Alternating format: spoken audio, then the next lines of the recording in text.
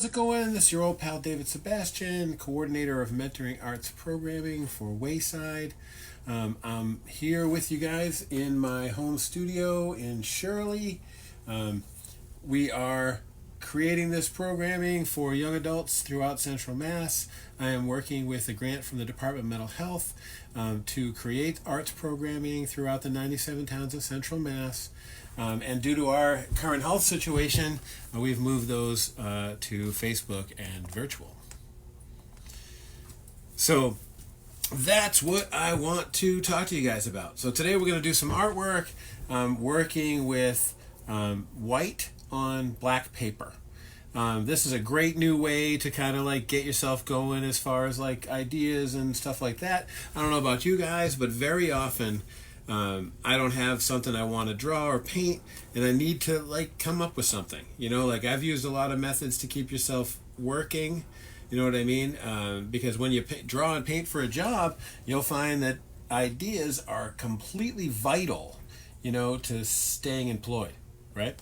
And so everybody has to learn how to get past what we kind of think of as sort of like artist block or lack of ideas. You know what I mean?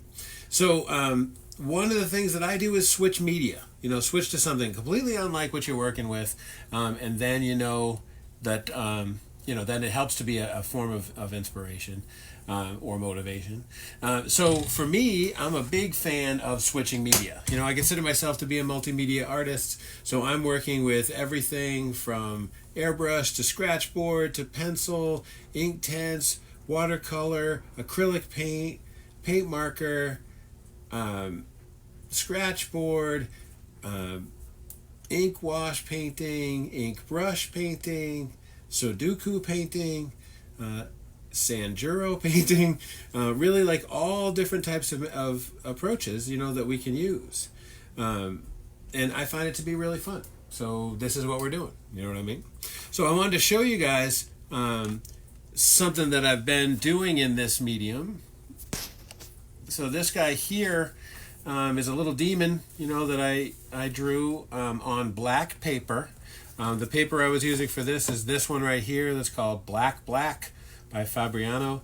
I find this paper to be pretty good. Fabriano is a company that makes a lot of canvases, so they know what they're doing. You know what I mean?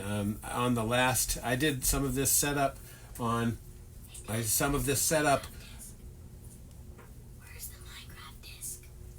On the stove, pellet stove. Sorry about that, you guys. Kids always need help. You know what I mean? So as I was saying on Instagram yesterday, which by the way I'm doing Instagram on Mondays and Thursdays, so I guess it was the day before yesterday. That's 1 to 2.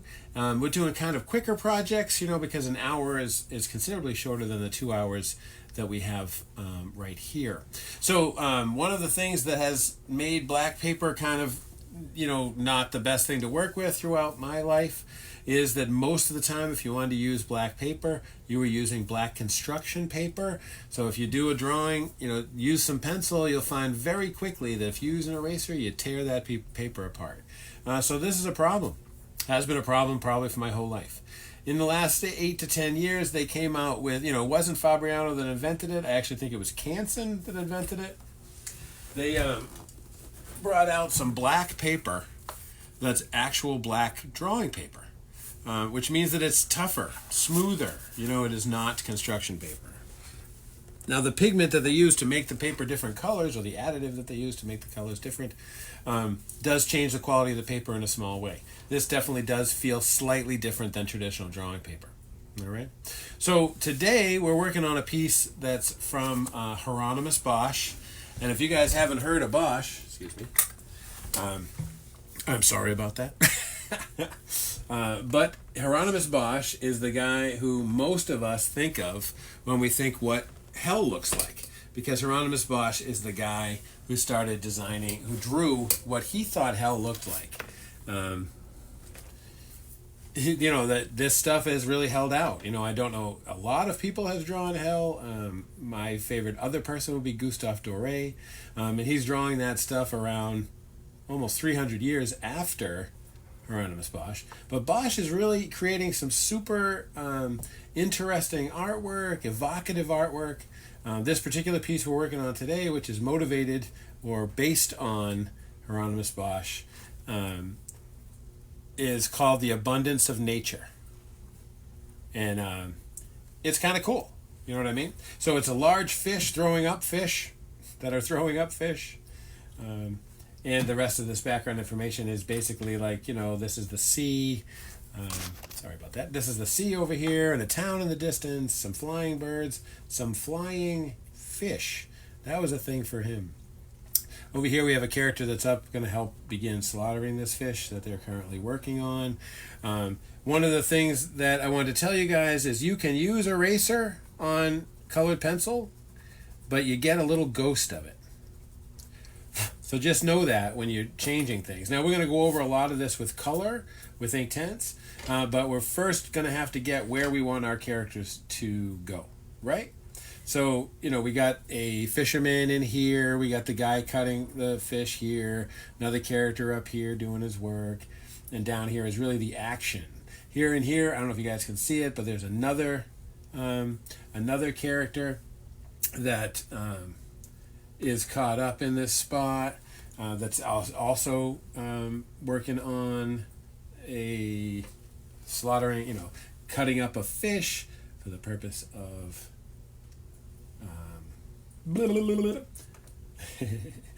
to eat it. Sorry about this, you guys. I'm distracted because my computers keep turning off. And if they turn off, we do not have video or my reference. So this is the way I have to fix it. So that's the deal. So we're going to work on this thing.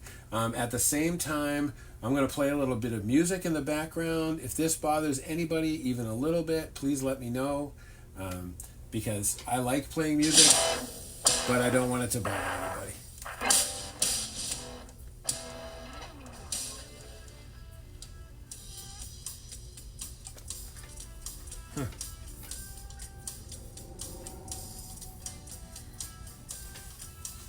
People are always interested in talking to me when I'm on here,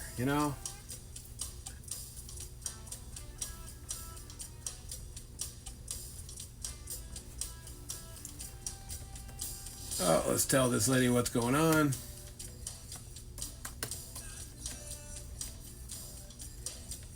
Sorry about this, you guys.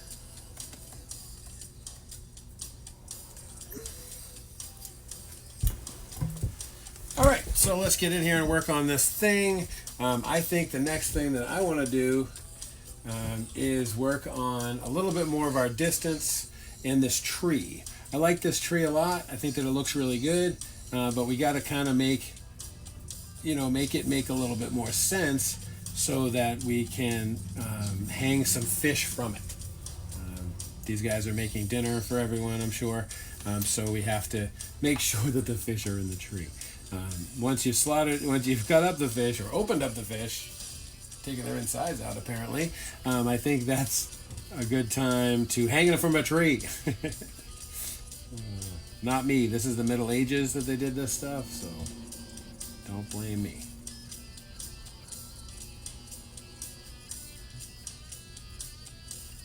Kind of want this tree to go kind of way out here. You know what I mean? So it kind of looks like there's sort of more information for the tree than we're allowing other folks to see.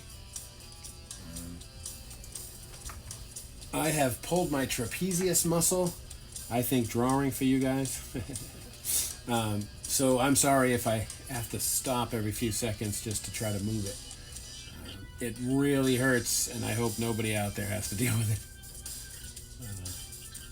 It's kind of a bummer. Keep going with this tree. Getting smaller. Whoops. Getting smaller and smaller for our branches.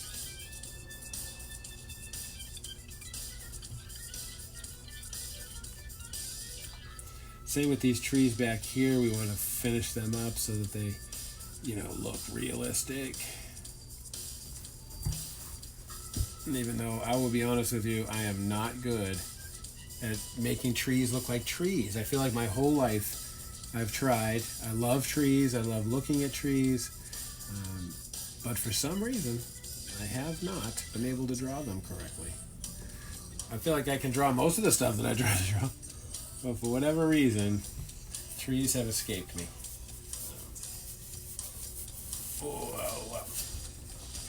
So from these trees over here look pretty good, but we kind of want to keep our, want to think about our horizon line that's here and try to bring down some of the shoreline. There's an odd character in here that is a fish-bodied man biting a fish. Kind of interesting. I want to make sure we try to get that guy in here. This line down here is our shoreline. So we got this boat tied up, basically. These guys are still hanging out in the boat, but that's what we kind of want it to be tied up in there. This is one of the problems that we have with working, in the white pencil, is a lot of your overlapping shapes have the initial guidelines on them. So you want to try to take away as much of that as you can. It really makes your character not look solid if you can see your setup lines behind him. You know what I mean? Now we can go in with a lot of this stuff and fix it once we get a little bit tighter. You want to kind of try to keep your pencil as sharp as possible. It's going to dull quick on this hard paper, but you want to basically try to keep it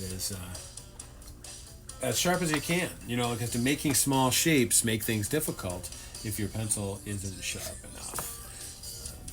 So that's the deal with that.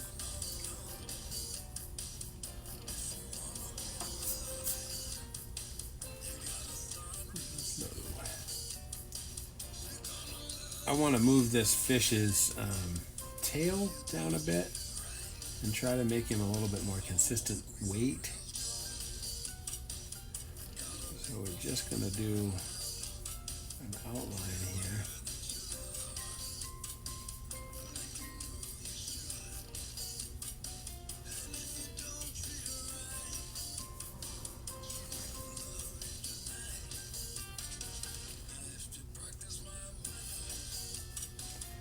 This is kind of making the fin stuff through here.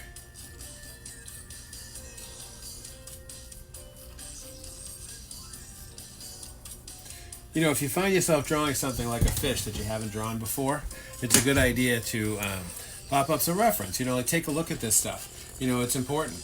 Don't think that you know how to draw a fish, and also don't think that you have to have it perfect out of your head. That's not the deal. It's totally fine to use whatever you need. I have a thought that I always tell the young adults I work with, which is today and forever, honestly, has been so competitive in working in art that if there is honestly anything you can do to get ahead, I would suggest it. But, you're not copying people or stealing from them. If you say that this is someone else's work, you have absolutely not done anything wrong or stolen from that person. All of us draw from the masters.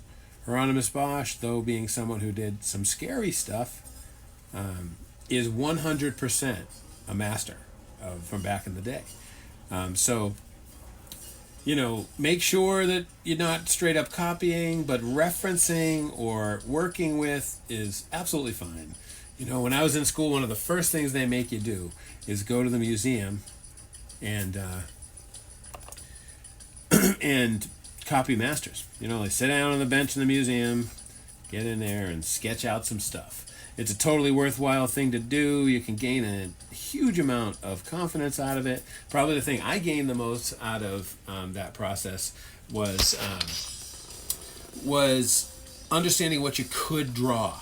Throughout my life, I have been drawing comics and that kind of stuff. But if you think about a comic, everything that you've ever seen is represented in the comic. Cities, backgrounds, characters' interaction, clothing. And then other thing about comics is that we're drawing many things that don't exist. Aliens and monsters and sea monsters, whatever. All different kinds of stuff that you might have to draw. In fact, I love to tell this story, which is that I used to look at a lot of people's portfolios with an effort to get them involved in the comics business.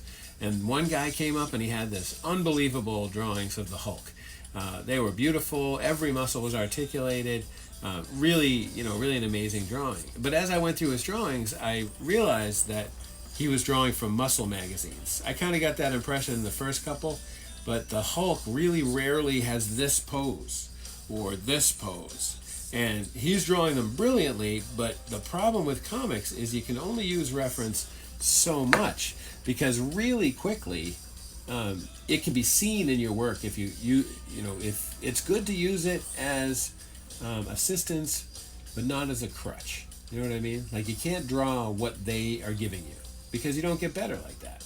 Now, for sure, like same thing I said about the Masters. Sit down, draw anatomy drawings. Draw guys from muscle magazines or anything you want. It'll help you understand anatomy better.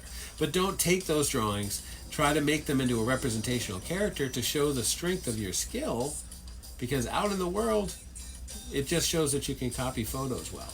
And then also, by the way, if you draw from a photo, everything is flattened, which stabilizes all of the lighting and that kind of stuff, and that creates flat work. Now, if you're drawing, all of our drawings are 2D mostly, so it's probably fine, right? But not really, because really, you can see that effect, and if you work drawing things three-dimensionally, it'll be better work than if you're just trying to make the lighting in an individual piece work, in an individual photo, that is. Thinking about moving this guy's eye back a little bit.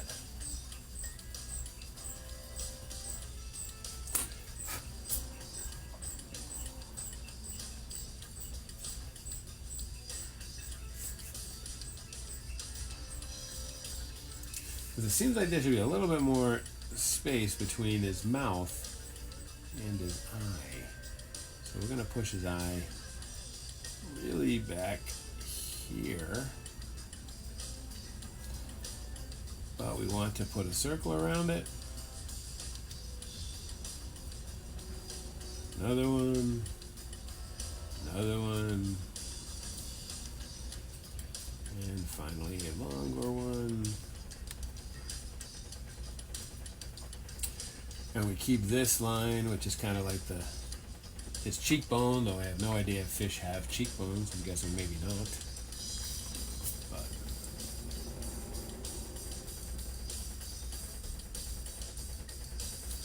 so there is a little bit of our fish's eye coming in. That's looking pretty good. We gotta take away a little bit over here. Over here. Right. This guy's fin looks really good. I like that a lot. Alright. And then, you can't 100%, make sense of this, but if you start to create contour lines around your objects, those objects start to move up off the paper in our eyes. This is what we're trying to do. We're trying to teach our brain to believe the artwork that we're creating, like to think, wow, maybe I've seen something like that, you know what I mean? These guys out here I like to have because they look like boat masts, and it seems like out here they'd be boat masts, Like I said, I am working from a Hieronymus Bosch drawing, and most of the elements that are in this are from his piece. What I'm doing is trying to move them around so that they have their own qualities and my own composition and stuff, but using his elements. I feel like this is cool. You know what I mean? If you guys don't agree with it, it is absolutely fine. Everybody does this work a little different. You do what you want to do. You know what I mean? So next thing I wanted to do is over in this place here, try to get in and take out a little bit of their fishing net, because I want that. Bosch has a large island out here, and I kind of like that, so we're going to try to also do it. So the middle of Bosch's island is a big fish. So we're gonna leave it in there.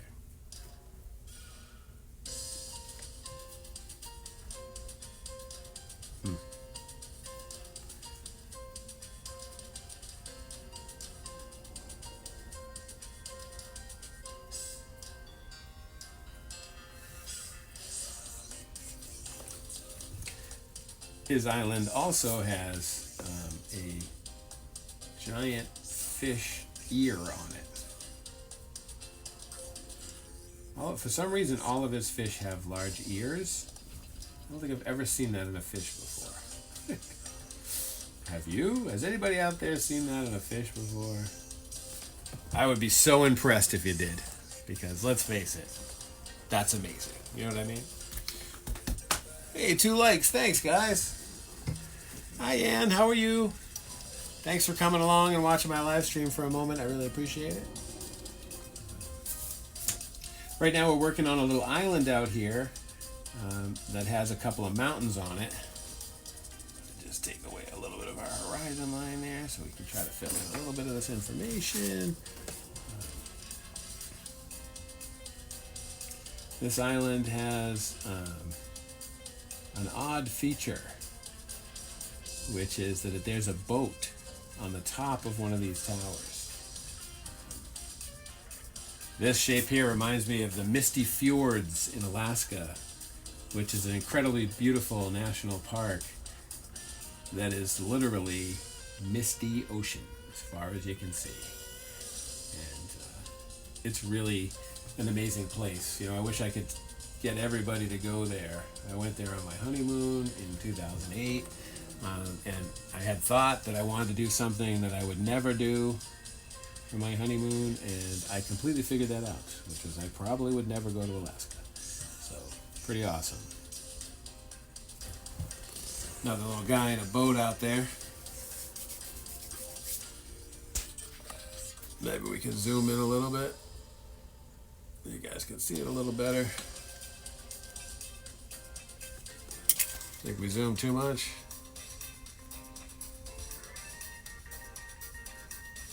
There we go. Move this guy down a little. Now you guys can hopefully see the whole deal. All right. So we're getting in here. You know, we're getting some stuff happening. These lines here are intentionally light because I want to do those with paint. We're working on this island out here. I think we're going to try to make the island just a little bit bigger so that we can get down here.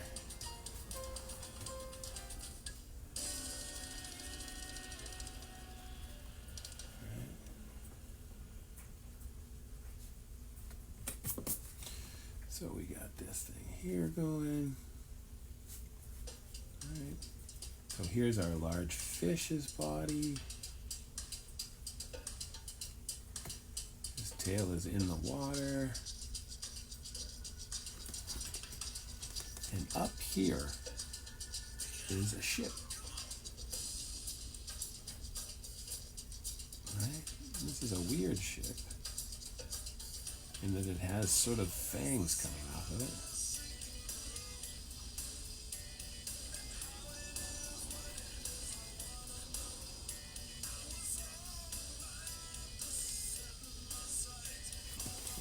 Sharpen my pencil a little bit more.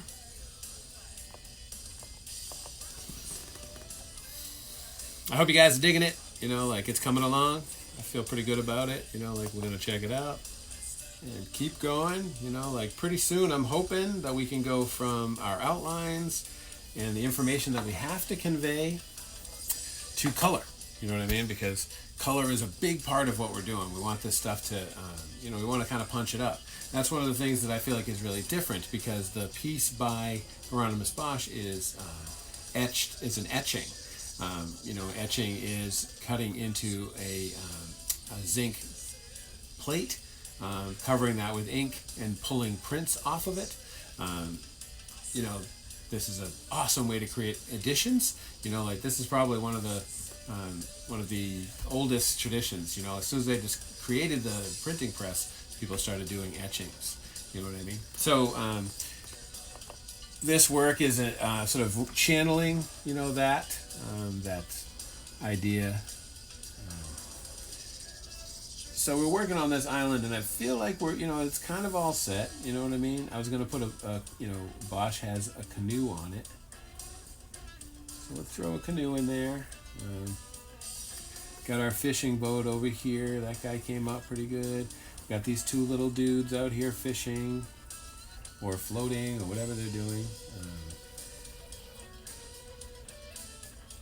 This here appears to be they're coming to get the large fish or something, because there's a lot of people out here. Right, floating around near the island. You know what? I'm not liking that. I think Bosch has a whole bunch of people on the island. I think we'll go with that. Alright, so we got our weird boat up here.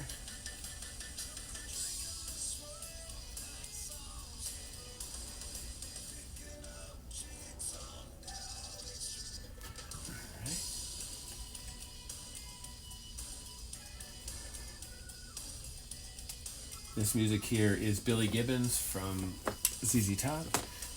I like his stuff a lot. This is one of his solo records. All right, we're going to move away from this island stuff that we've been working on, and we're going to go back over to the back over here to the tree. Keep working on that. I'm going to get rid of some extraneous lines. Extraneous lines is a nice way of saying mistakes. One of the things about this media that's hard is that it's very unforgiving. You know, like you kind of, if you make a big mistake, you're really in trouble because there's just not much you can do to fix a significant mistake. You know, like if the fish was shaped wrong, I'd have to start over. But right now, I think it's kind of okay. You know what I mean? So it's going to be just fine. You know.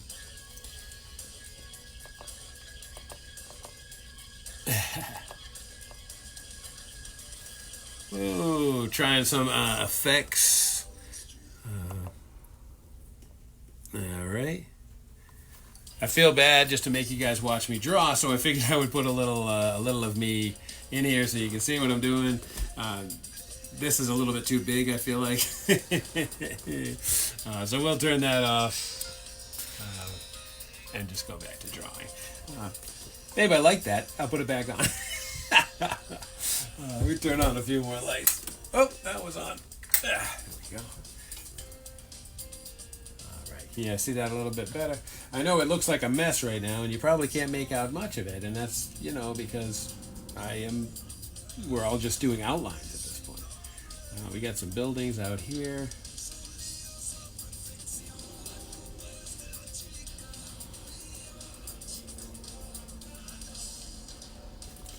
Those guys are out in the distance as well. Same place as these guys. Bosch had said that in the background of all of his paintings are real places, you know, and so I'm guessing this is Venice. But I'm not sure. So, you know, whatever.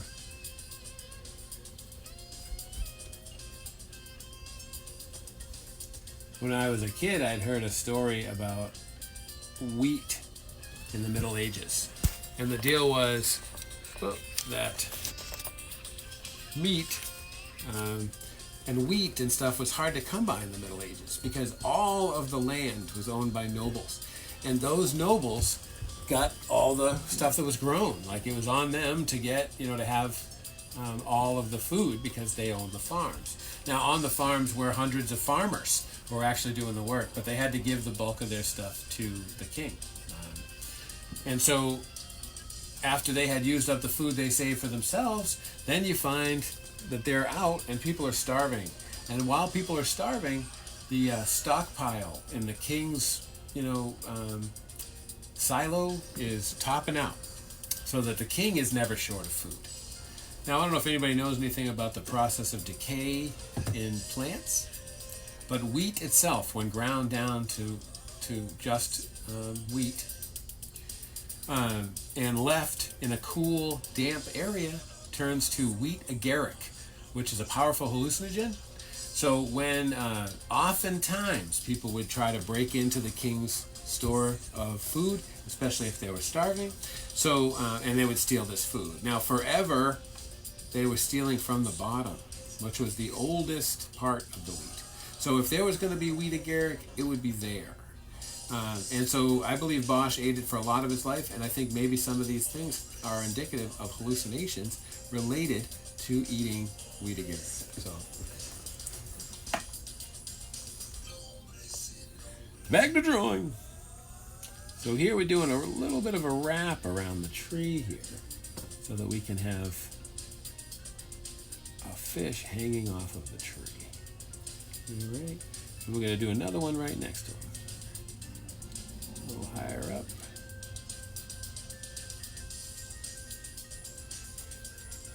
And then we just kind of throw an eye on him. All right. I've been doing some lures lately, airbrushing lures for fishing, and I think it's really fun. I unfortunately don't know anything about fishing, so doing the lures correctly has been a challenge. I'm sure you can kind of imagine, but I'm trying to learn it. I'm trying to learn it. It's coming.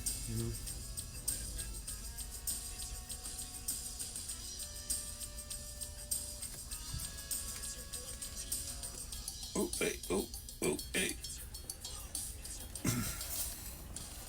All right, getting there, man, getting there. I feel like a lot of the stuff I wanted to have in here is in here. This one is going to be the weirdest one.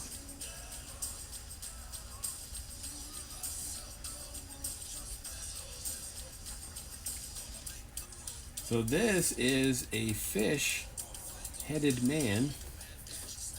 A fish-bodied man who is eating another fish.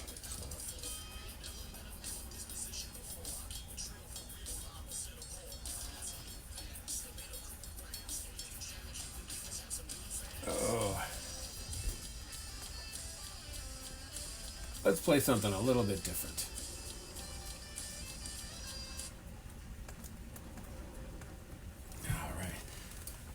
Sorry, you guys, the shoulder's kind of killing me, so just give me 1 second. Don't pull a trapezius muscle. It is the muscle, the large triangle goes over your scapula in your back, and it connects up here to your the bottom of your top of your spine, and goes all the way down over your shoulder to the top of your bicep. This is right now where all the pain is. Anyway, enough whining, enough of my silly junk. We got our fish hanging from the tree. I want to put a little line for this guy too. This is Steve Winwood and Eric Clapton. Really great record. I don't remember exactly where it comes from. Let's see. It is called Live at Madison Square Garden.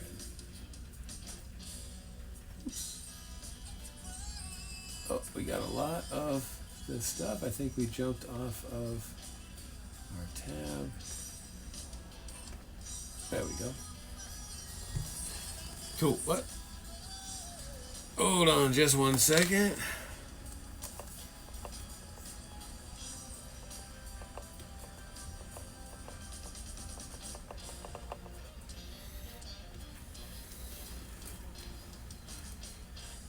All right, we're back in there. All right. I wanted to show you guys this book real quick. This is called The Flood by Eric Drucker. This is an all white on black story. A lot of this work is totally brilliant and powerful, and no words of any kind throughout the entire piece. And there are some really powerful panels like these, about dreams and that kind of stuff. I feel like this page right here would be a great painting in my house. It's just beautiful stuff. And then here towards the end, he starts to add some blue, and blue makes it that much more powerful. It's really great stuff. You know, if you guys are interested in that, I'm sure it's on Amazon or something like that. All right, so where are we now? We're working on this fish-headed dude who has his mouth open and has a fish in it.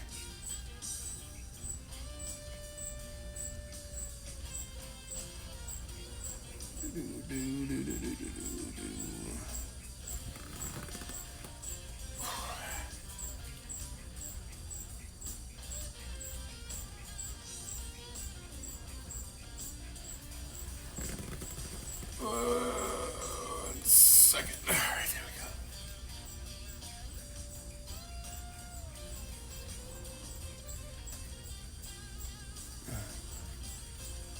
All right, and we want to give our fish an eye over here, right?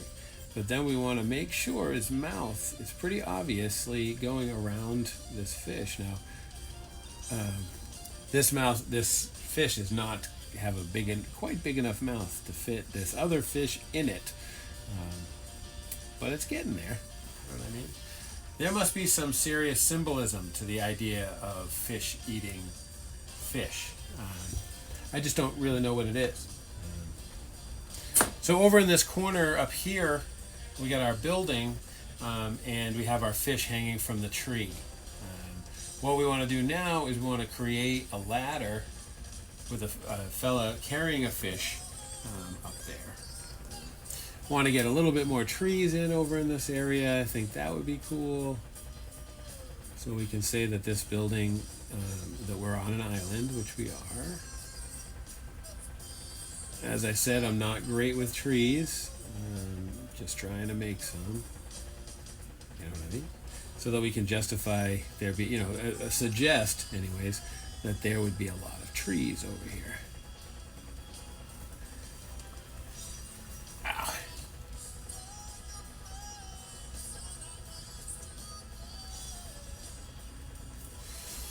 Oh boy. And we got some stuff over there. And then we want to kind of have this tree.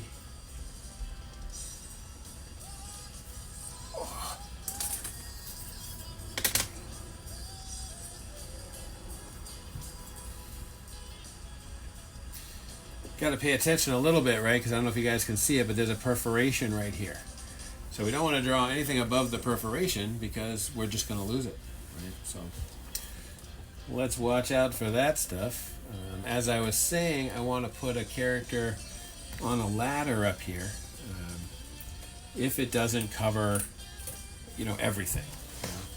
I don't need it to cover everything. So we're just going to have to take a look. If I was putting the character here and the ladder up here is clearly the ground. So if we put a ladder on the ground here and then here, then we would probably know what's going on. And we can see if it's going to be worth it to try to draw this character up here. Right. You know what I don't want to do is cover up the guy we just drew who's really, really cool, I feel like. So I think we're going to put our character up on the tree on a ladder.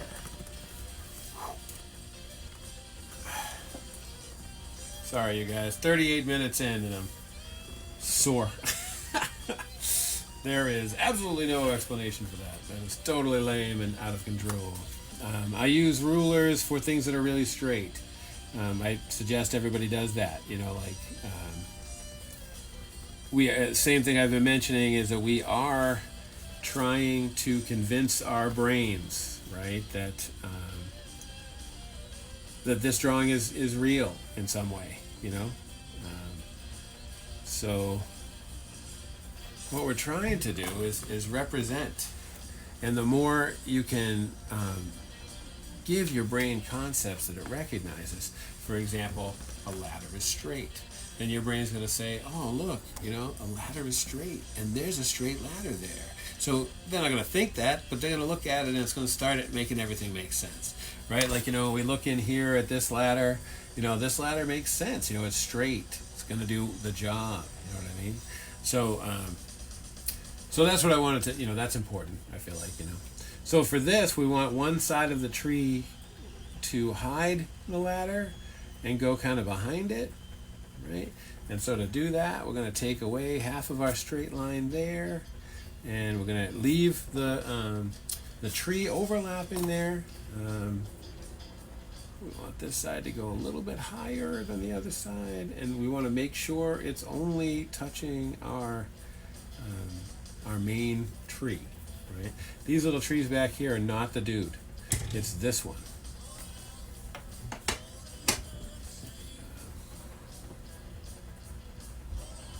Right?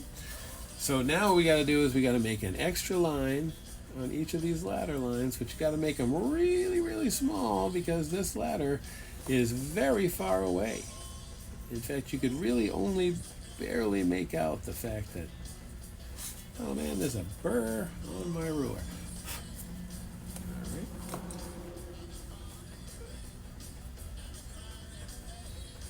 Ooh. All right.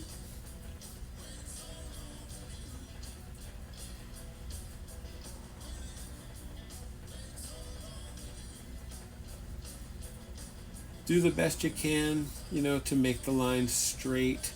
It is always more believable if you make your lines as straight as possible. All right. So now we got our ladder here. Now we want to overlap a little bit. And this side of the ladder, I think we want to see. And this side of the ladder will be behind our tree, we have coming up through here.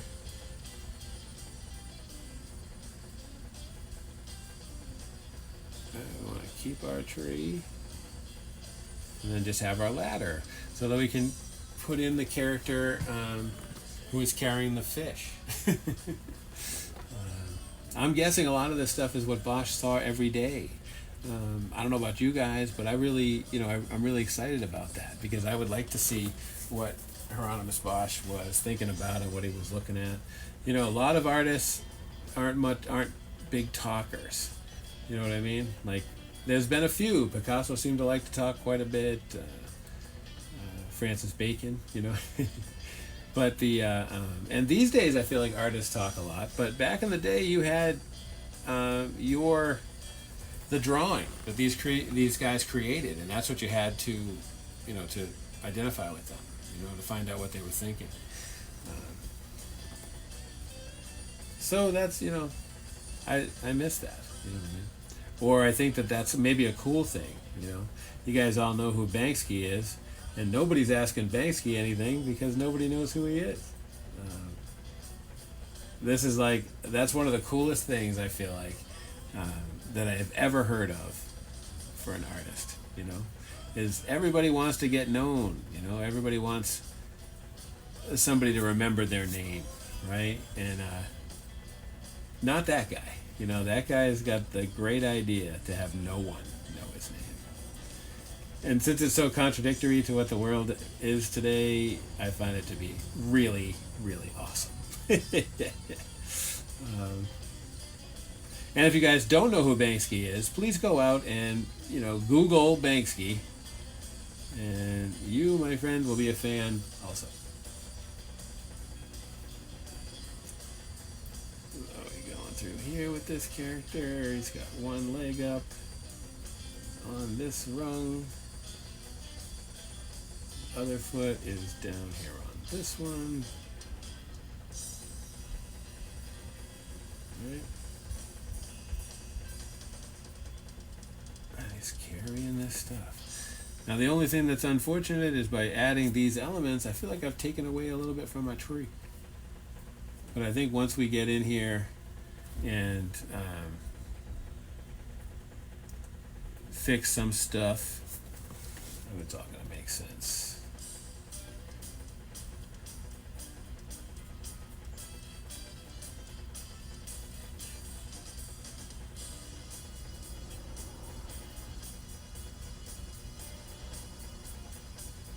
right.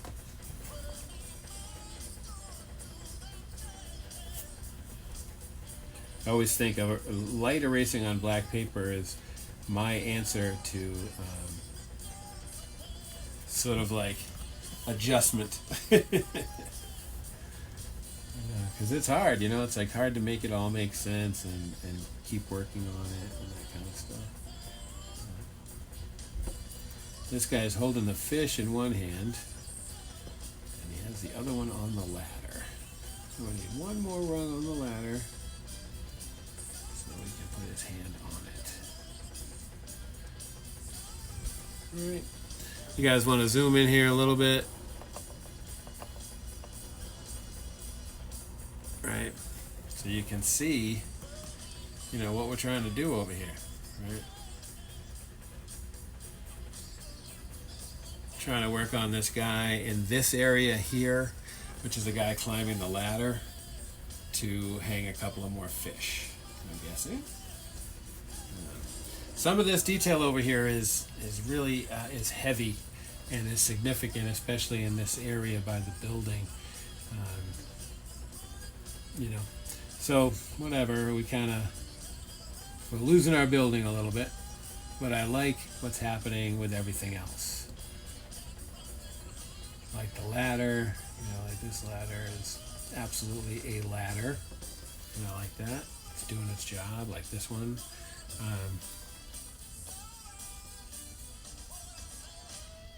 There we go. All right. So let's get back in here a little bit. Get a little bit more outline going. I feel like we have really a lot of our outline going. Put kind of like a pot over here. Just to add a little bit of additional background information. We need our ruler. You know, the roof of a barn usually is just slightly off the corner. Make a little bit of sense. Over here we're going to leave black so that we can have it be in shadow. Edges of the door frame.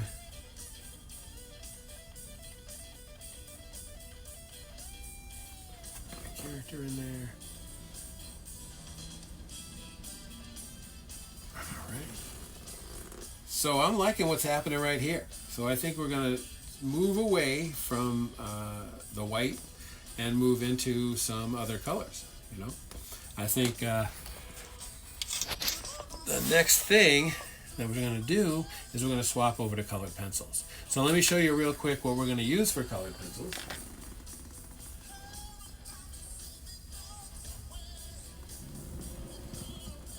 Just one second.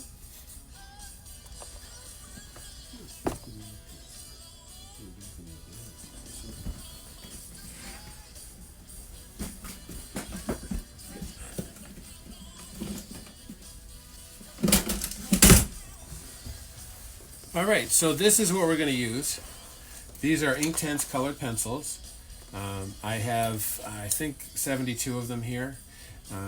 Some pretty cool. It's a really cool product that does a really great and interesting effect. So these are water-based colored pencils that are actually slightly different than your traditional colored pencil. Just one sec, folks. It's like our computer went out for a second there. So anyway, we're using these colored pencils to do this job.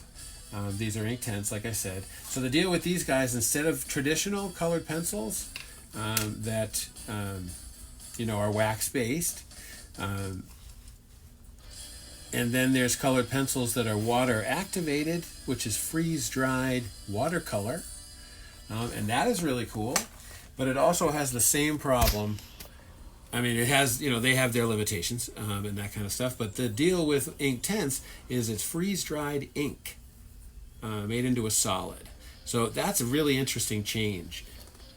You know, like that means when we work on it and then activate it, it's permanent. Permanent is a huge big deal.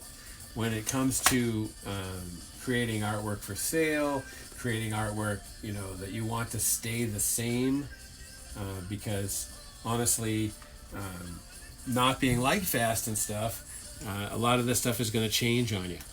A lot of this stuff is going to fade. So, do I show my artwork in bright sunlight all the time? No. Do I think it's a super legitimate thing, like concern? Not for me.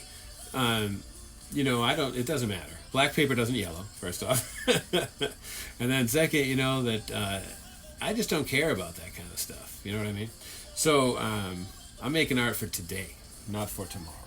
So all we've taken out right now is a couple of greens, 2 greens, and 2 blues. So we got the 2 greens, and 2 blues. So in our piece of artwork,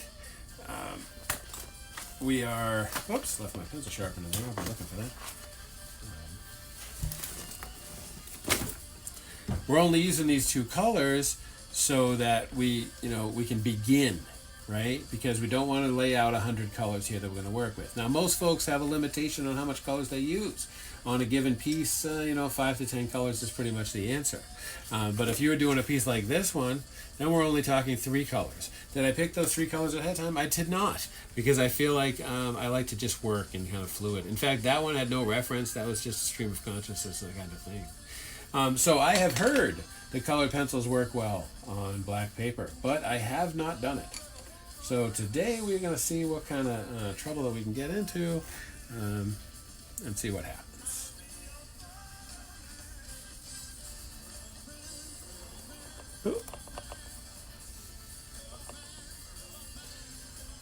I think it's working. So we're going to give our big fish some green. Not that all fish are green at all. Don't mean to be racially insensitive to the fish. So I'm going to go over a lot of this fish with this green, and then I'm going to go over sections of it with the other green.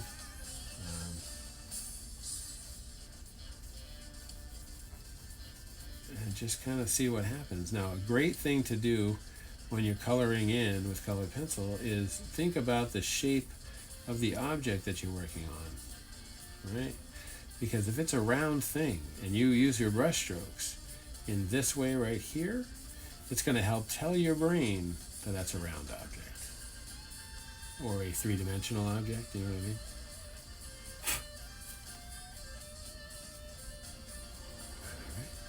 Getting there. How's that look? I'm liking it. Kind of like some different, cool to see a different color than the colors I've been working with so far. It also means we're getting into this thing a little bit more, further along. What do you guys think of these tunes?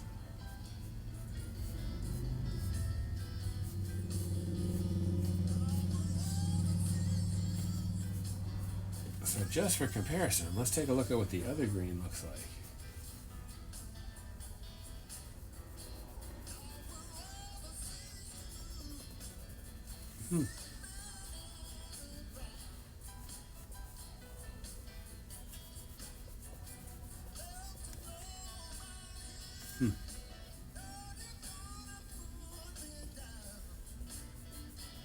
I think we'll look and see if I have an even darker green, so that we can give this guy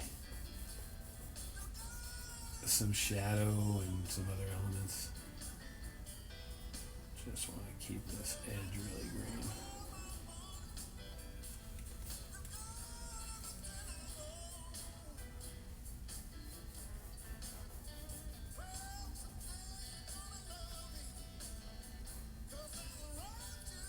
This one here is called felt green, and the other one I've been using is called field green. So the field green is slightly darker than this one.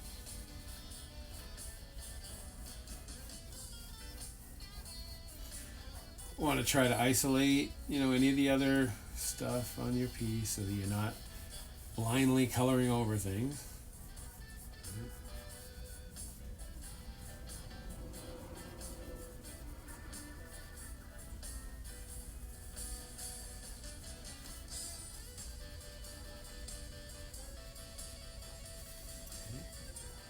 You know, first pass, make sure all of your fish is the same color. Right? And try, like I said, to think about this idea of contour lines. In colored pencil, contour lines are not vital or, you know, anything like that. And they simply, you know, they just help. You know, if you look at this piece right now, I feel like the middle of the fish has some dimension to it. You know what I mean? And through here, you want to kind of do the same thing. Like, it seems like his eyes are going out like this, so we got to get in and work on them, you know? I don't believe fish have whites of their eyes. But here, Bosch, you know, created more or less a human eye in the fish's face. All right. So in here, real quick, we want to just make a small adjustment. Take away some lines that don't work. Now, I will tell you that once you put colored pencil on everything, it's going to get an awful lot harder to erase. Inktense is ink, so it doesn't really erase super well. You can smudge it around a little bit, if that's what you're interested in.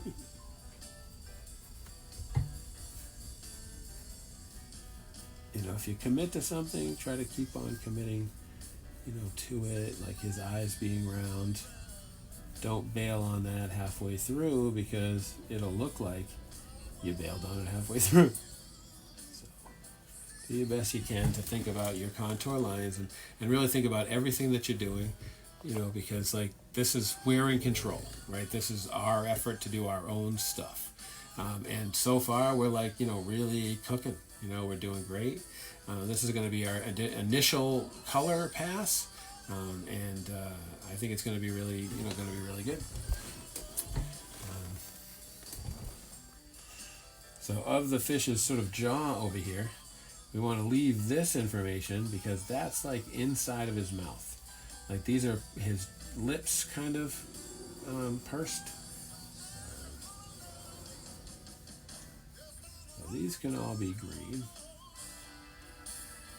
In fact, we're really going to have a lot of green because all of these fish are green. So like this fish guy, whoops, this fish guy we got over here. He needs some green. Like I said, we're going to maybe paint him kind of a light green so that we can work on top of it. Right? All right. So we got a lot of fish flying around. A lot of fish in this composition.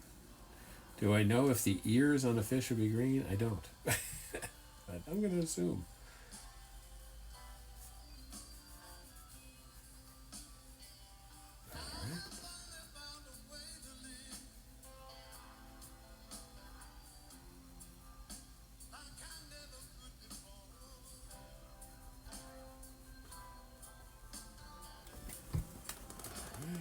More fish and more fish and more fish.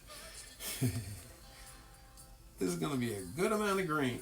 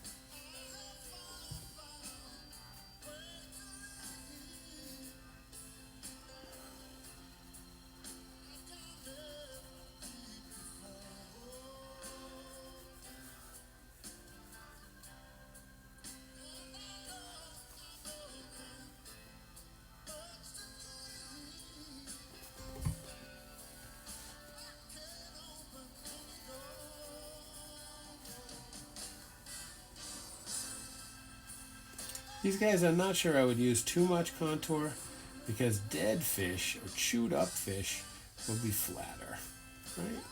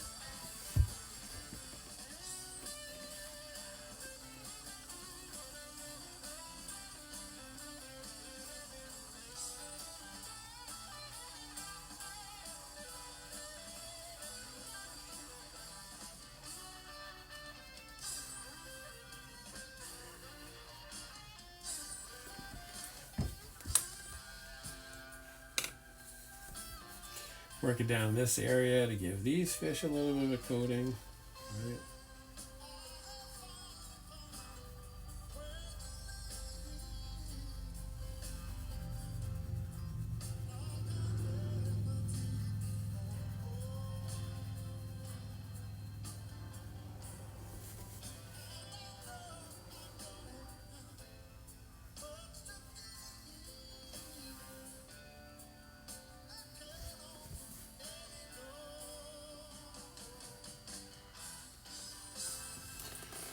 So that's some green. I'm going to pull out our book, see if we got any other greens that we could use. So we're breaking out the Inktense book again, seeing what kind of stuff we can find in here. So there's a lot of colors, like I said. This guy here is Hooker's Green. I'm going to use that one. A little bit more green, I think.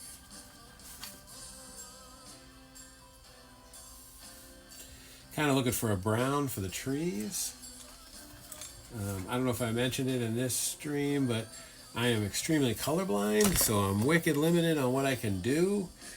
I mostly read the side of these markers to try to figure out what I can use.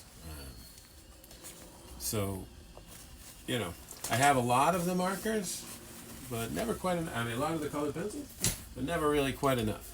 So now we got a hold of some of these other colors, which is like bark, which just seems like one that we should use, and a number of other ones. So we're going to go in here and try to create some bark.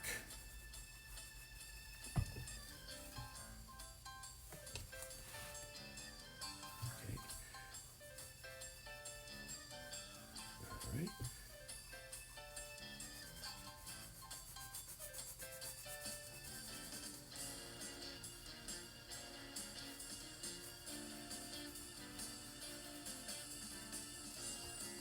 You'll notice that the Inktense actually covers the white. Kind of a good deal. I wonder if we can erase the Inktense. Nope.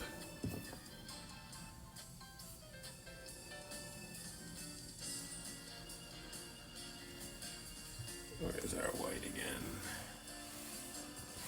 There we go.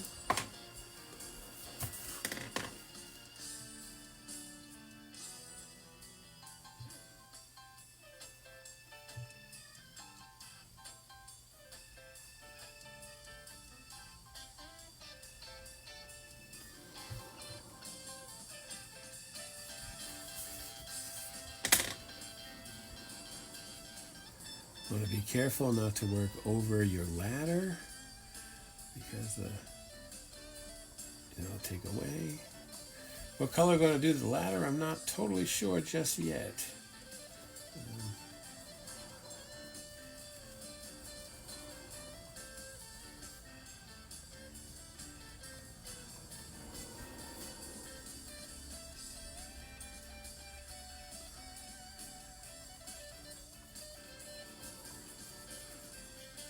And I'll tell you, Clapton has got to be one of the best guitar players of all time.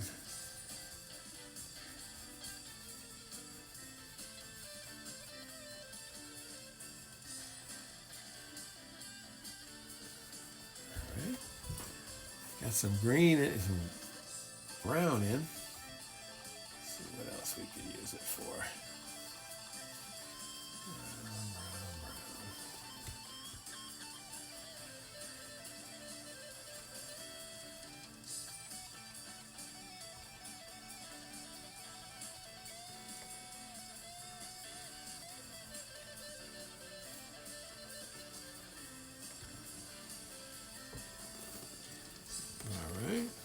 Liking what's going on here as far as our initial color. All right, we're going to switch over to a different brown. Oh, actually, this one's sea blue. So maybe we'll go in back here and give everything a coat of sea blue, starting in here. This is just a little something you can see off the shore. But all over here, we want to have be blue.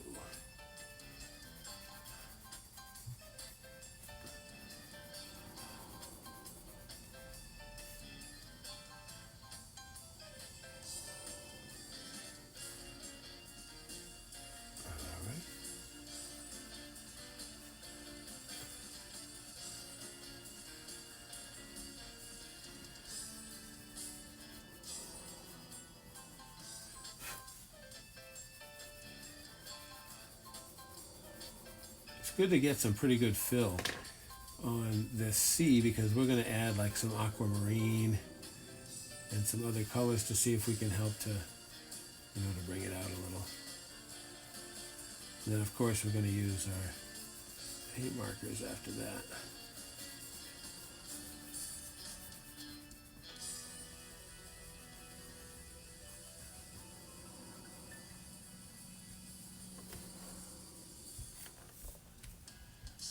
Whoops. One sec, friends. No matter what, desolated plants would always mean that your battery would die mid-live stream. So this is kind of coming along pretty good. I don't know what you guys think, but I'm feeling like this particular piece is kind of coming along. Like I'm liking it. The green looks cool, the blue's starting to do something, and I think we're getting there. I like these foreground characters kind of pulling out, and the fish coming out. It's all good, man. It's all good. All right, so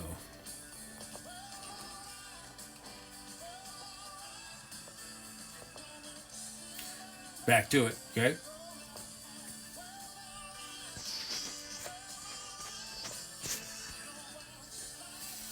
We're working on the C. I think that we were using iron green.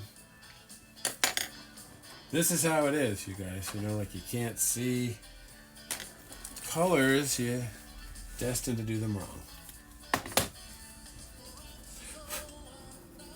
Try to stay away from too much of Inktense or any colored pencil staying in clumps on your surface. Now Inktense especially so if you're going to go back with water, because those will be big sections of color. And, if you plan it, that's fine. If not, it can screw things up a little.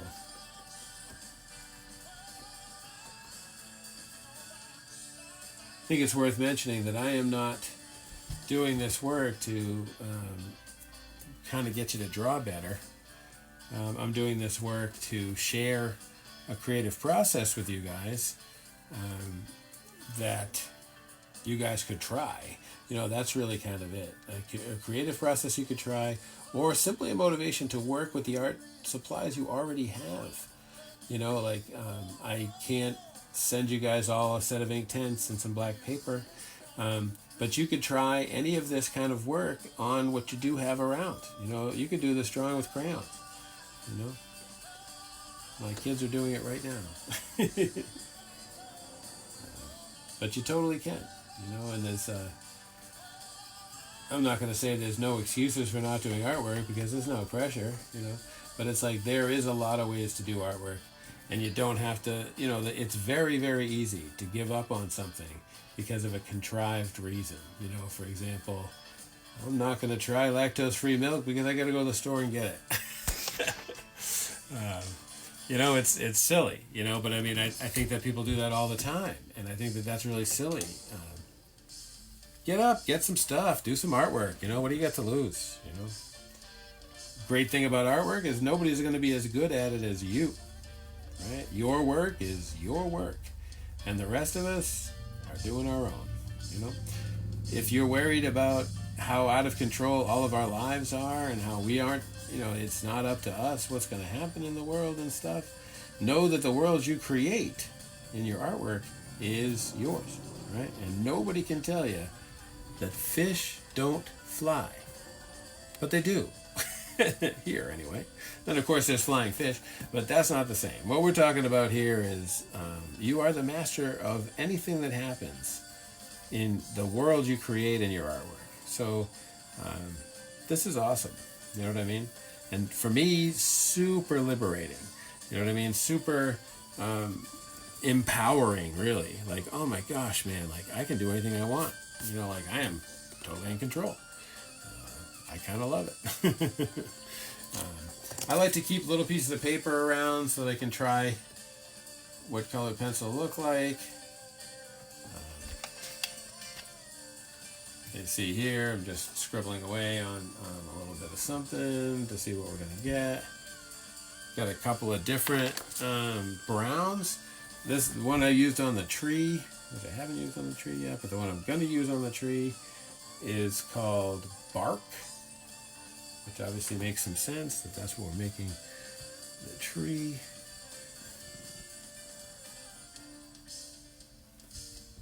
Sometimes you can't even see what you're doing. This brown seems really, really close to the background.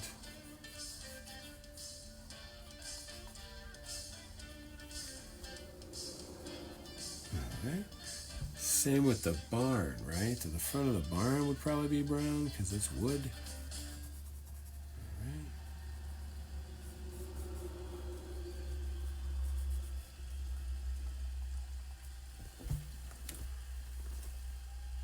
I think we'll do something a little lighter for the roof, like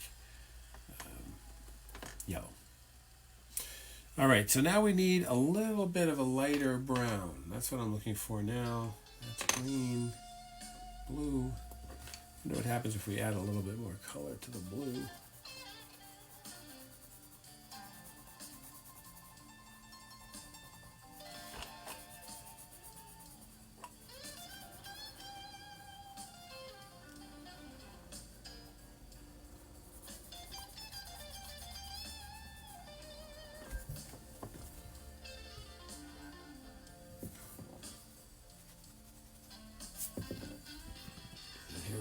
Darker blue, just a little bit. Try not to overlap your foreground too much because then it will look like you're not sure if the ocean's behind this guy or in front of him.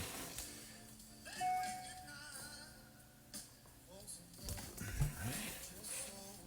So I like that this blue is different enough that you can make it out. So we're going to use this as part of our shadow structure.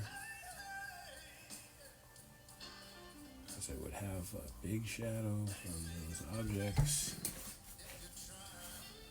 Same is true here.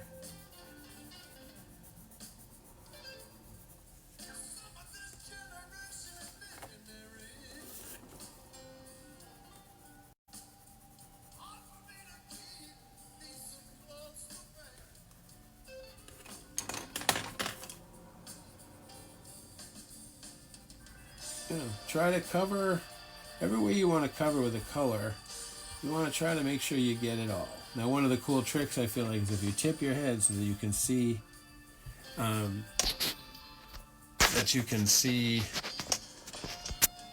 of what's going on. If you tip your head a little, you can see what the lighter colors are and the reflection off the surface of the drawing. You know what I mean? So that's going to help you to know where things go, right?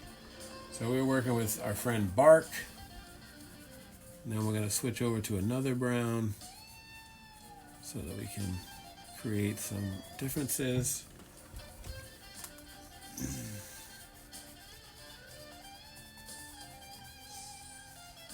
We know it covers the white pretty good.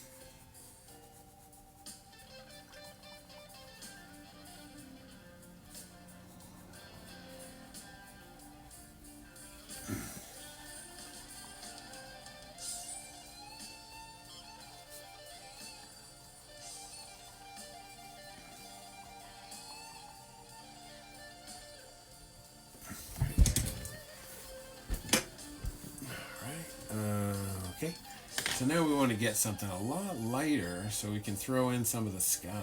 Even though I want to kind of use some grays on the sky. I think that'll be cooler. Let's take a look what we got here. Breaking out our Inktense again. Oops. Whoop.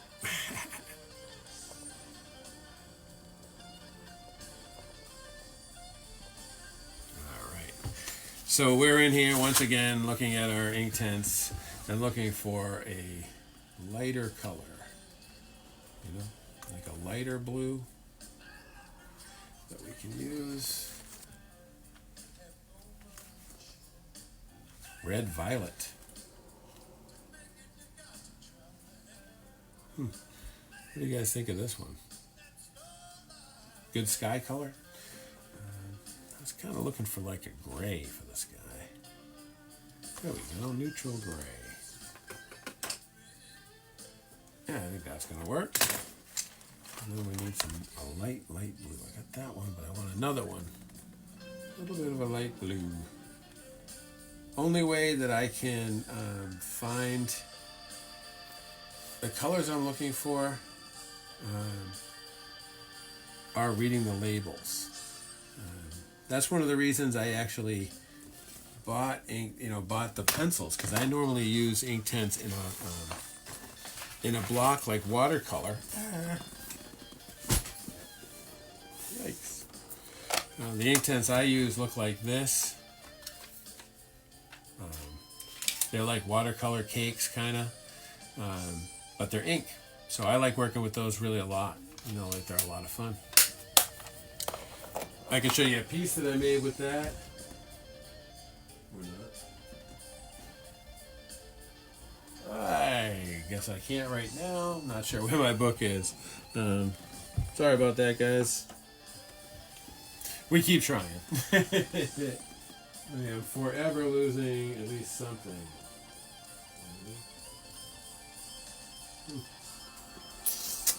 Okay, back to it. So now I think we found some grays. And we're going to try some of these grays. I'm going to try to move the ones that aren't the colors we're working with over here. Another green. And try to go with some of the grays. Alright. Both of these pencils are not sharp enough. So we're going to have to sharpen them. All part of the process of doing artwork. I have an awesome colored, electric pencil sharpener that I've actually had since I started college, which was 1989. So what is that, about 30 years ago?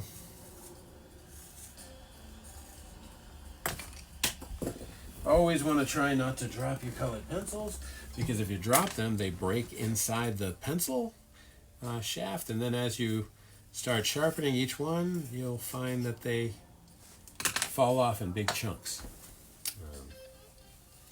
which is not ideal. All right, next thing I want to do before I forget is grab the green that we were using. Grays, false green, sea blue, green. I thought we had one more.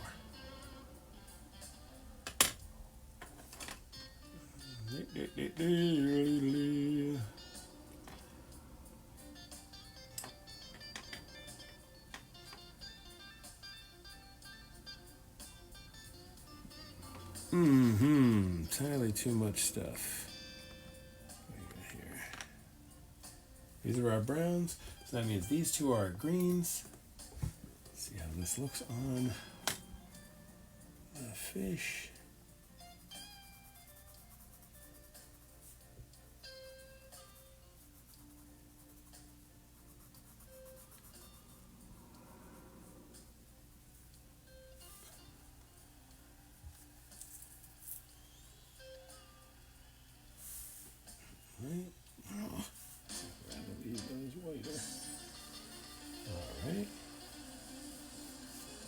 Get some green around on this guy. Looks like we got all the green we need.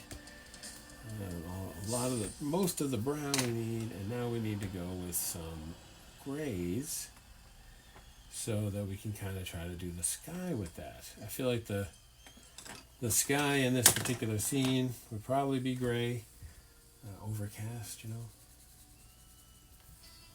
So that gray is pretty dark. Both kind of dark, so we're going to give it a shot over in this area where you can't really see it.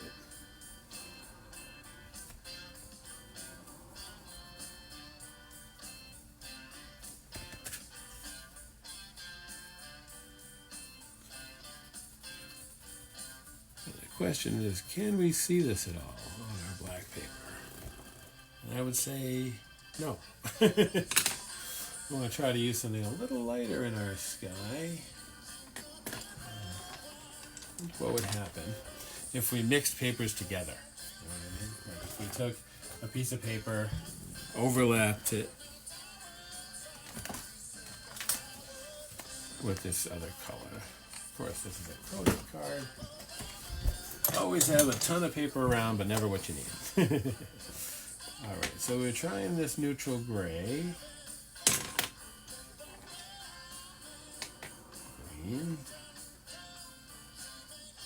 Charcoal gray. Let's try this one. So if we put this one down, it's pretty much black. If we work on top of it,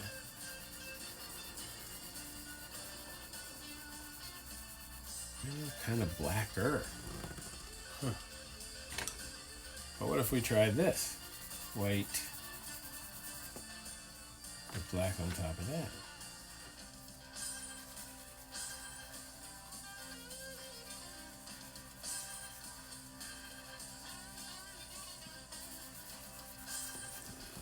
Huh. Might be alright. That kind of means to fill the sky with white, though. How's that going to work, you guys? Fill the sky with white. Let's go in with another blue. See what we can do with our ocean here. Because we definitely want to have some highlighted places, you know, that are different. That'll help our water seem more realistic.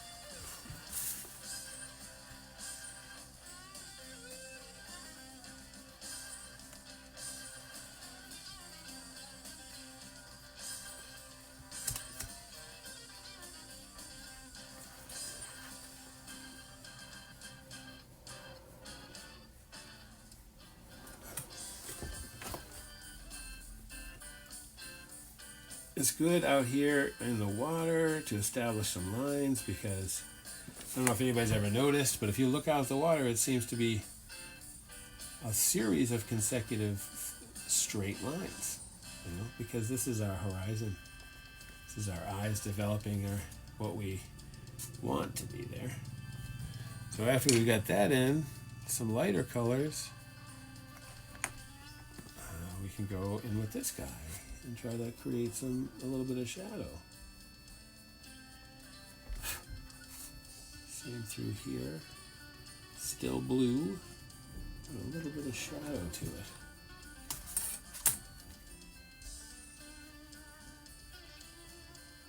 Right? Now we really need a light gray. A light gray.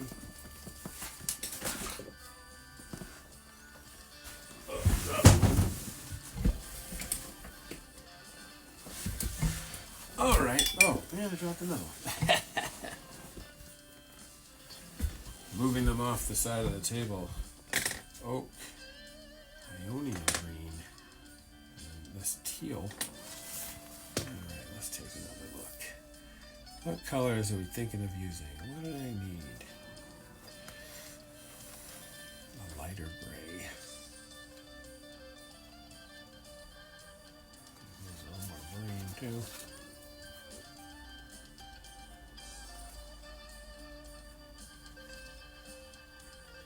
Poppy red. Chinese ink is something I use a lot. So I think it was going to be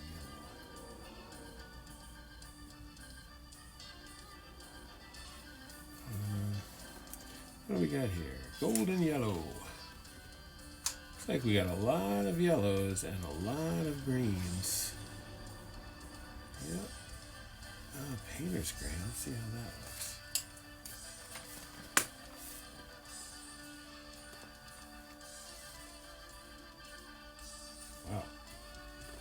thought that would be red.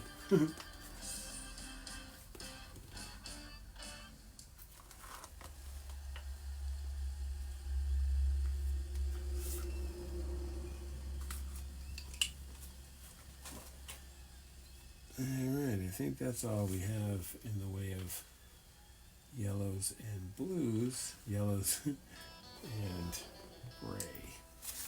So we're going to try this again. Oh man, nothing's worse than spilling everything all the time.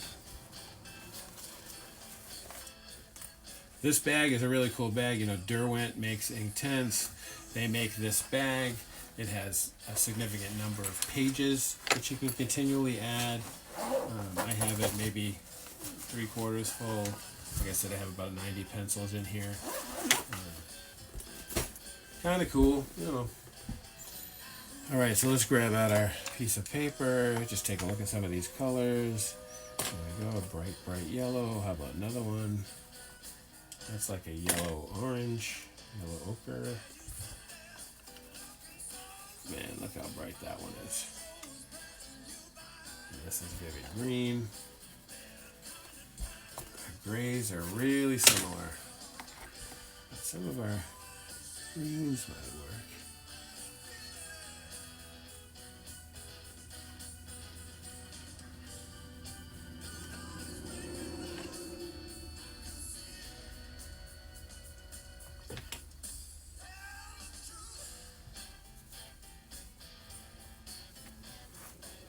So what we're hoping for with this green is to have a little bit of variation.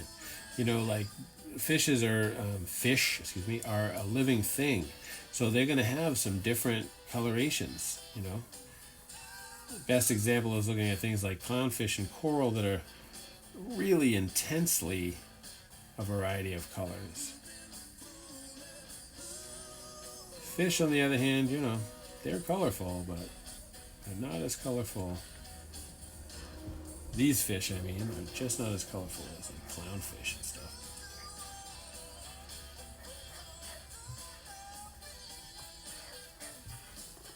So if we're getting it a little darker in there. I don't know if you guys can hear it. That's my dog barking in the far distance. She's an extremely good dog, but she likes to bark. My neighbors don't care for it. I'm sure you can imagine. This color I'm using here is Hooker's Green. It's cool because it's a slightly different color than the other green we were using, I'm guessing. It's cool we can cover some of our, you know, some minor mistakes here too.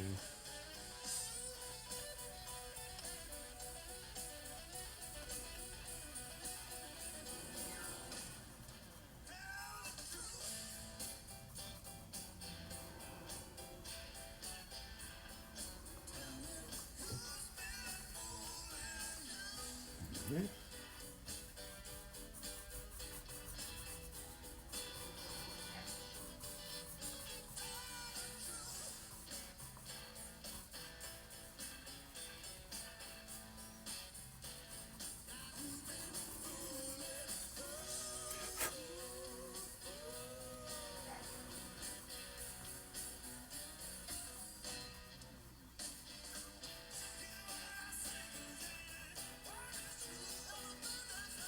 You know, try to get in and fill all the areas that you've created. You know what I mean? Because look around you. Anything that's colored isn't colored a little bit. They are like solid that color. You know, that's kind of what it is. That's the deal. So...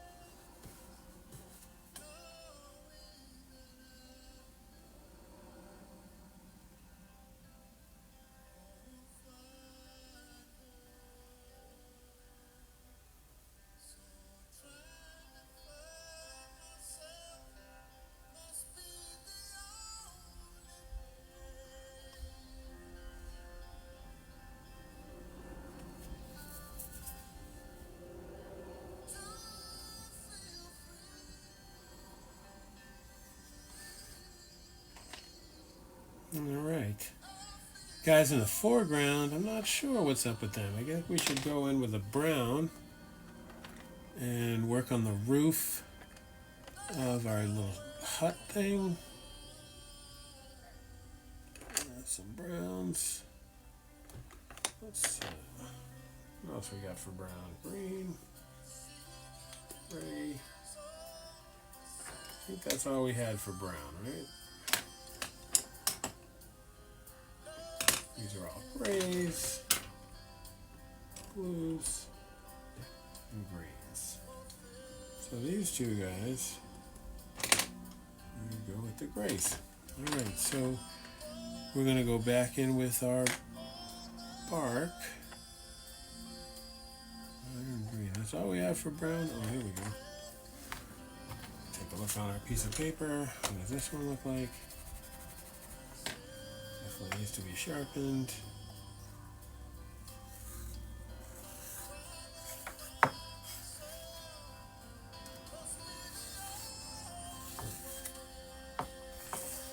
All right. What do you guys think?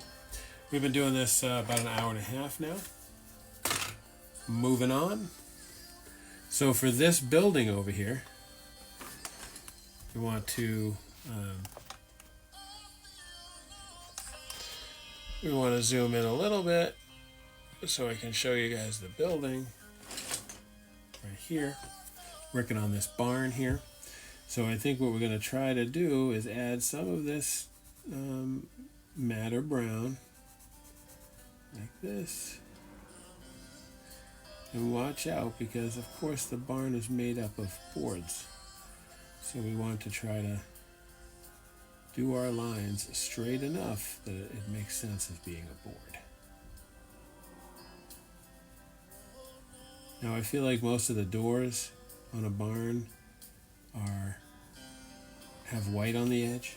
So we're going to use some white here to soften up this transition here.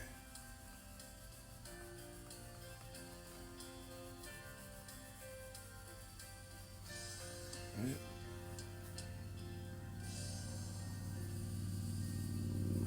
Keep the door looking a little white, but muted. Now we want one of our browns again.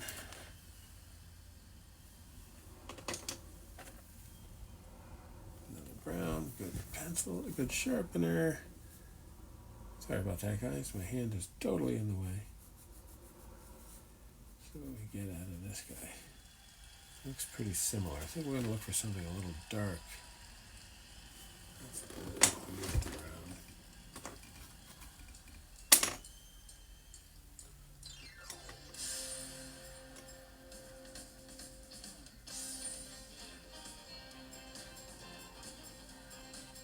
I always think I wish I had like a can in front of me that I could pick my colors into instead of having to read them again and again.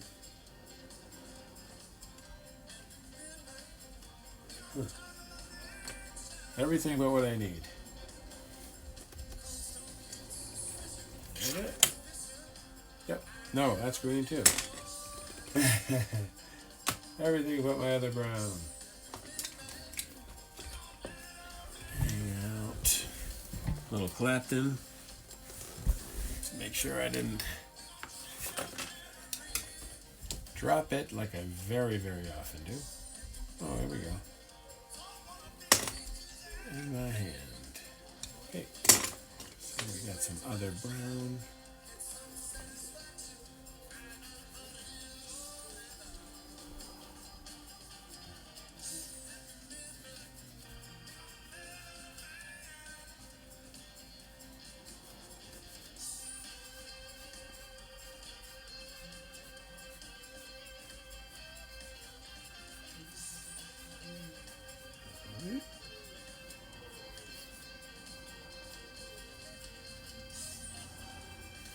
Try another brown, see if we can get a little difference here.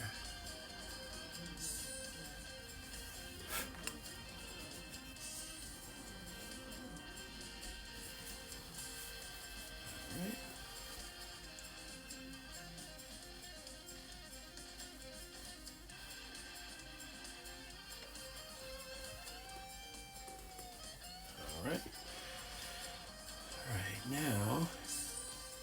try out our neutral gray. If I can find it. Oh, here's another brown. I'm going to try this one.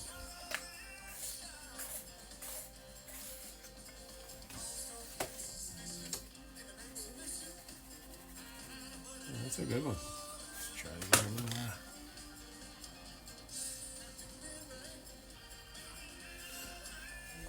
Doesn't look any different to me. Maybe we could try to do the ladders with this one.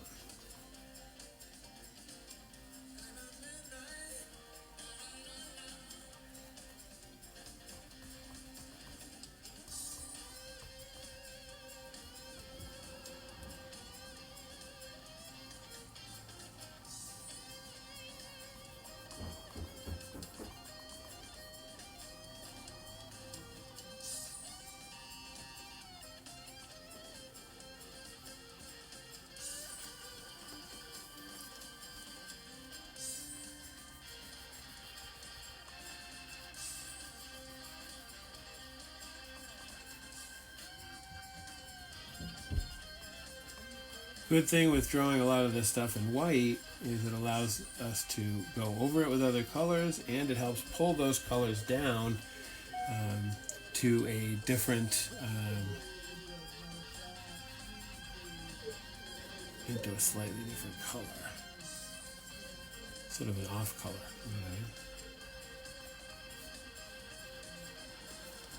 Now this thing here has got what I believe is a metal pitchfork on the end. So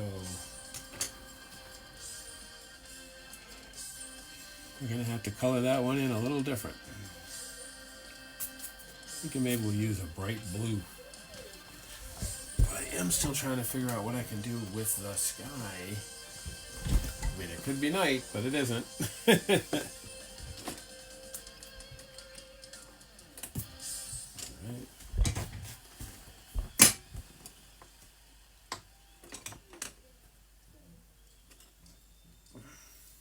Man, I'll tell you, looking up through all these pencils again and again, getting just a little bit old.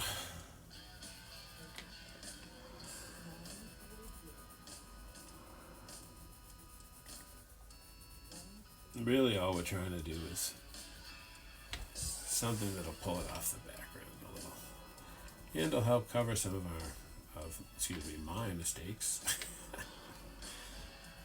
You guys don't have to feel responsible. That's just me.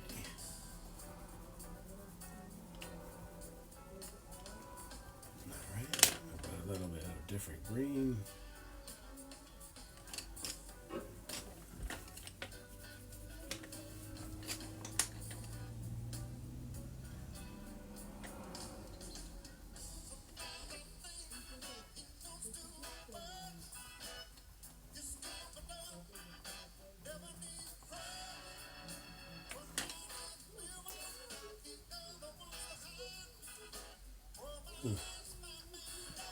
Doesn't seem different enough. I need something that has a little bit more going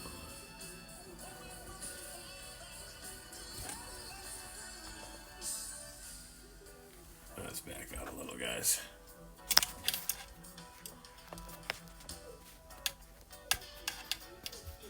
Sorry, guys.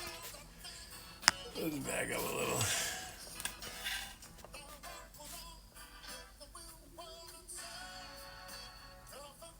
There we go. Alright, so right now we're trying to get some of a different green that'll show up, which I haven't been able to figure out yet.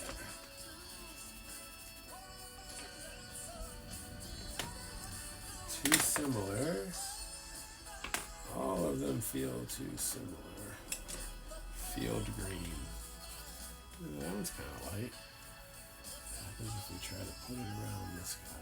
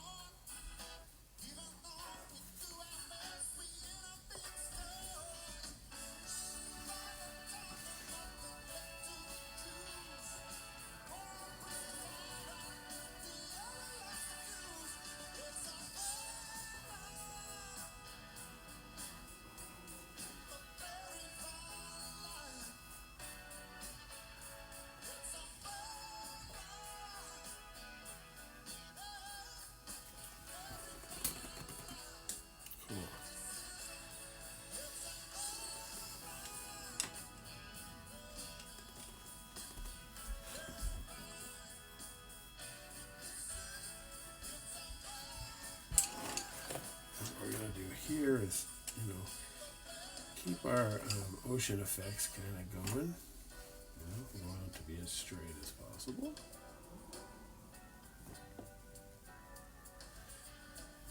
You can overdo this, like just want to throw these around. All right. So that it just has a reference of as the horizon sneaks up and begins to fall away. That's the one. You can't really blend Inktense so much, but you can, touch it kind of and give it a little bit of an effect.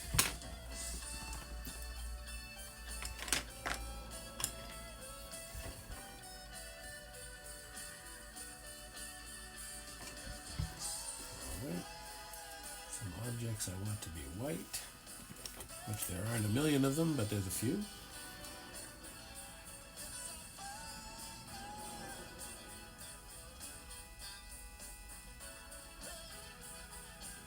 Okay. Now the fish is starting to take some shape, which is great.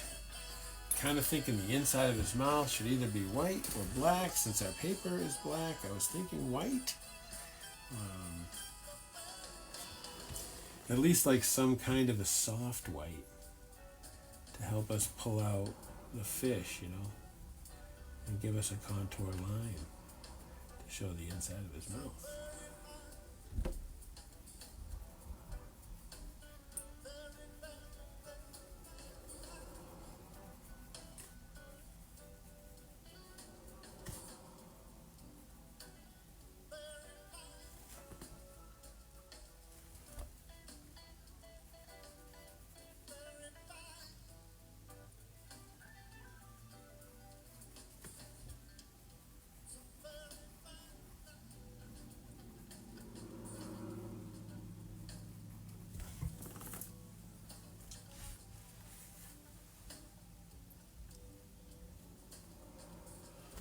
Looks like I missed a little piece of his lip coming down here.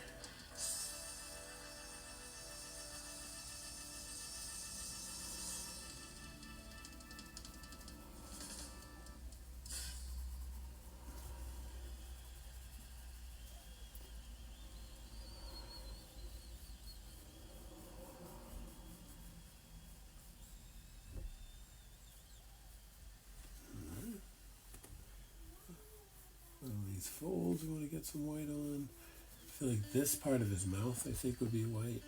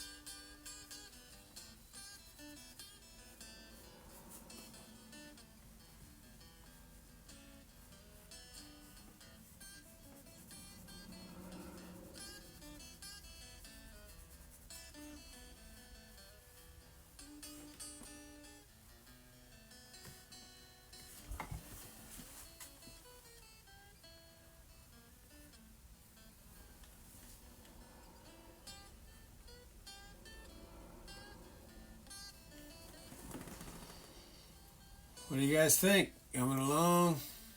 Thank you so much for the likes, you guys. Totally keeps me doing this work. Just getting likes from you guys really means a lot to me. I super appreciate it.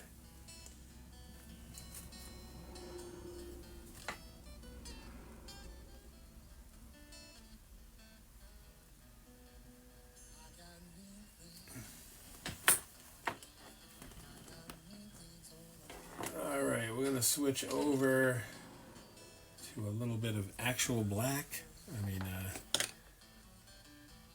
It's called India ink.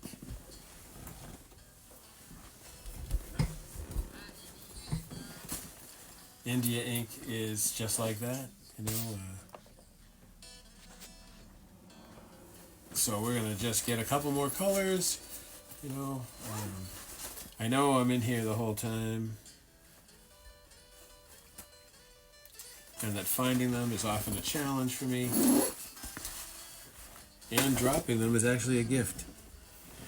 The only complaint I have is that these pencils don't really stay in these slots, which they totally should, since that's of course what the slots are made for. It should have been a little bit tighter. So in here we have an outliner, which is basically a black, but off by a little bit. So I'm going to pull that out. And then we're just looking for the India ink one.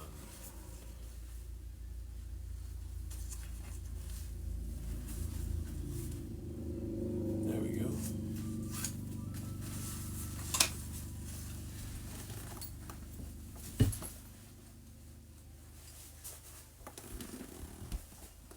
Okay. This guy needs sharpening. Right, he's got nothing. Nothing. So we're going to sharpen this guy up. So we're coming down to our last 7 minutes here. Anybody who stayed with me the whole time, I really appreciate it. I enjoy doing this work, and I hope you guys are having a pretty good time. So we're going to see what happens when you put black on black.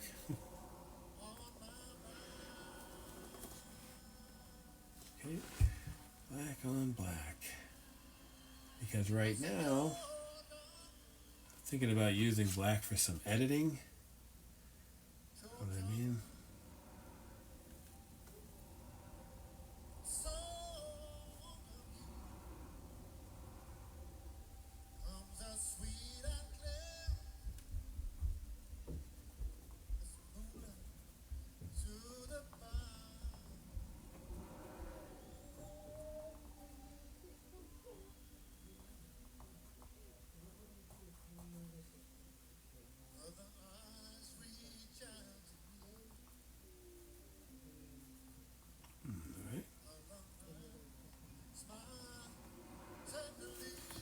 We got that guy cleared up. Now we can see him real good. See this thing real good.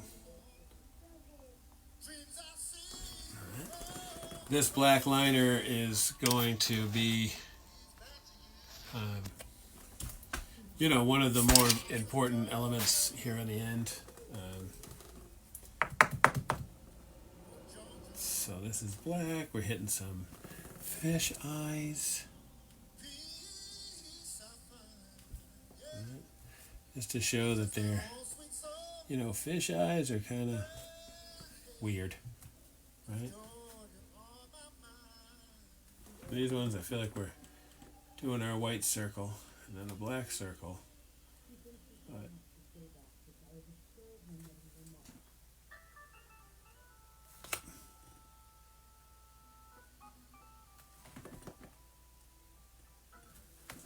be real careful with how much black you use. The paper's black, so how much black do you need to use?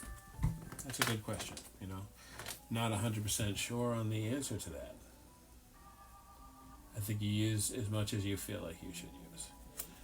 You do have to be careful that you don't overuse anything,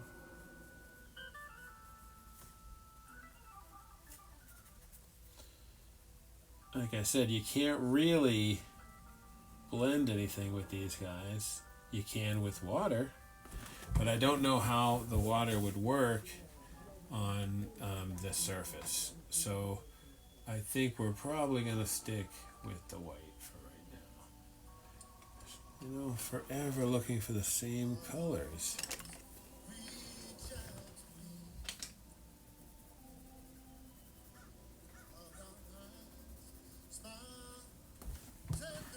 So, you know, we don't really want there to be a lot of straight up white. You want it to transition from a light, you know, from a light green, from dark green to a light green. Now, fish have some white on them, and that's fine. And we're going to kind of channel that, you know, because all of these sections are highlighting, you know, like I would like to throw a little green in under his lip here so that it just looks like it's still him, even though it's the inside of his mouth.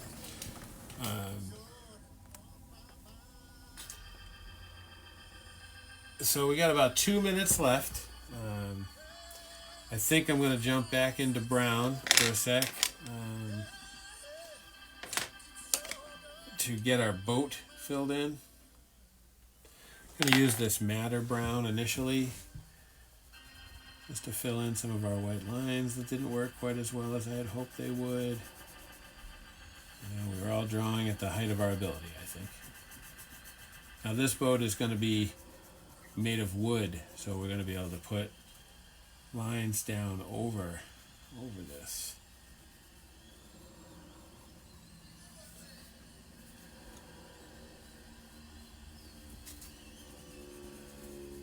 In the water, you want to go real light because, you know, you want it to be watercolored with just a little shadow.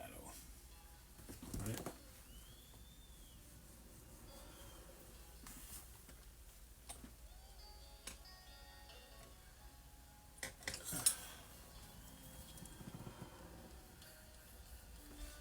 Got that one.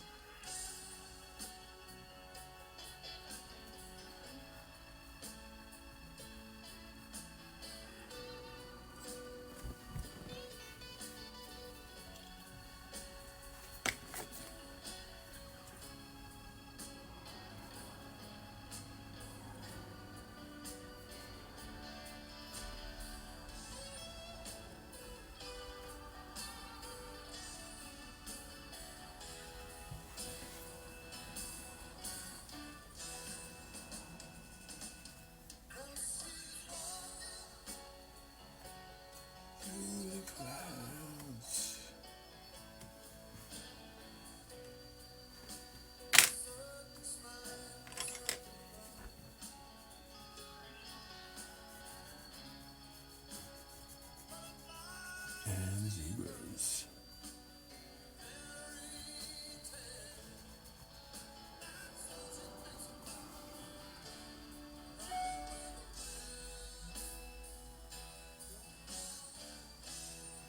Alright, get some of our brown in on these sides of the boat. So we are just about done here, you guys, for today. I am going to finish this piece on Friday at noon to 2. I'm sorry it's a little bit late today. I'm having some computer problems. Our internet keeps going out, and this live stream is, well, pretty much impossible without internet. So check it out. You know, this is where we are so far.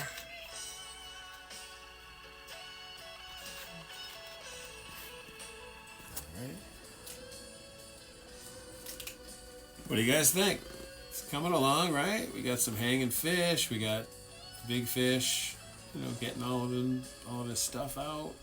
I think it's kind of coming along.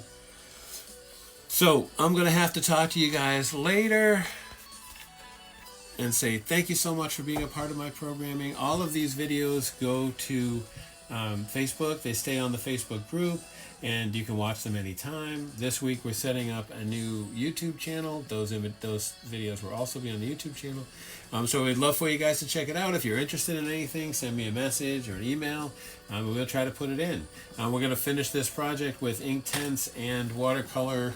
A paint marker, possibly. We're going to see what happens. So come on back and watch us. We'll figure it out, and we'll figure out the best way to do it.